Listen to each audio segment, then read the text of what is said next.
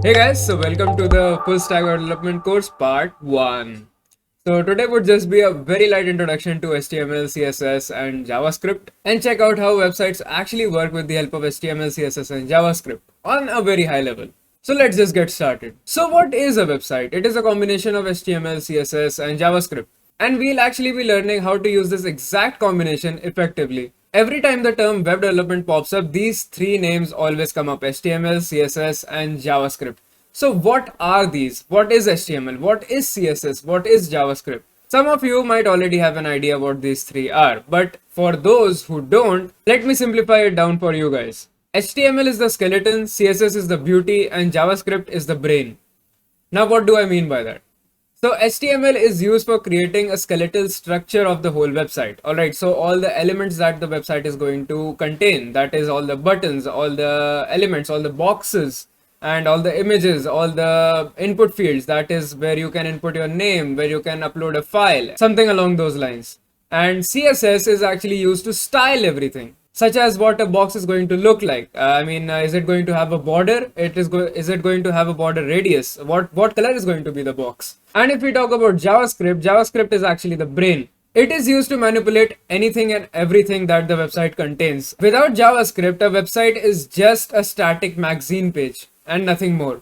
But with JavaScript, you can actually add the functionality of what a button could do once it is clicked, or any animations that you want to add to your website, or what would happen if user tries to interact with your website, like what would happen if he wants to scroll, what would happen if he hits the up arrow key, what would happen if he types something. So anything and everything can be programmed with the help of JavaScript inside of a website. So let's go ahead and dive a little deeper into each one of these and see what exact role each one of them plays inside of a website. So let's talk about HTML. That is Hypertext Markup Language. Alright, that's what HTML stands for. And it is used for creating a static skeleton. Alright, the word static is very important because without JavaScript, anything and everything on the web page is just static.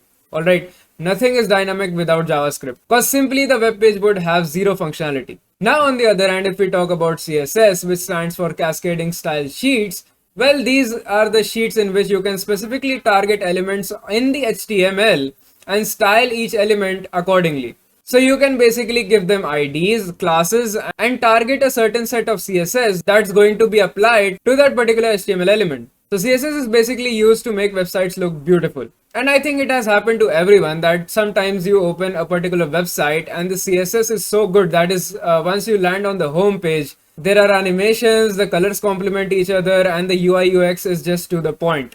And in your head, you are just going, wow, what a home page. So that's all CSS. Well, now that we know how to create a skeleton and how to make it look beautiful, well, now let's talk about how to program a brain. That is, what is JavaScript? So JavaScript, or in short JS, that's what I like to call it. So it is a high-level dynamic interpreted programming language. Yeah, I know it sounds really big, but it is just another language. Alright, so if you are familiar with Java or C++, this is nothing different than another programming language. And you would pick JS up in no time because it's way much simpler than C++ or Java. And with the help of JS, you can also write scripts for both client side and server side. So you can basically create both front end and back end with the help of JS. So you don't need to go ahead and learn another language for the backend.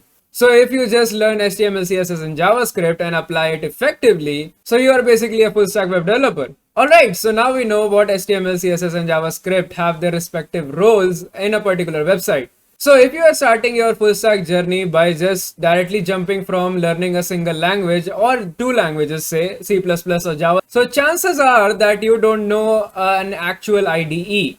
Surely you would have used an IDE for the specific language in your high school, but chances are that that was not an actual IDE. So in the next video, we are actually going to set up the web development environment, alright, in which we are actually going to install VS Code and set up a live server, alright, with which you can actually see your HTML and CSS going live onto your local host. So any changes that you make get instantly reflected on the local host. So you don't need to run the HTML multiple times. So yeah, those are the things that we'll do in the next one. So until then, keep chilling at the Code Cove.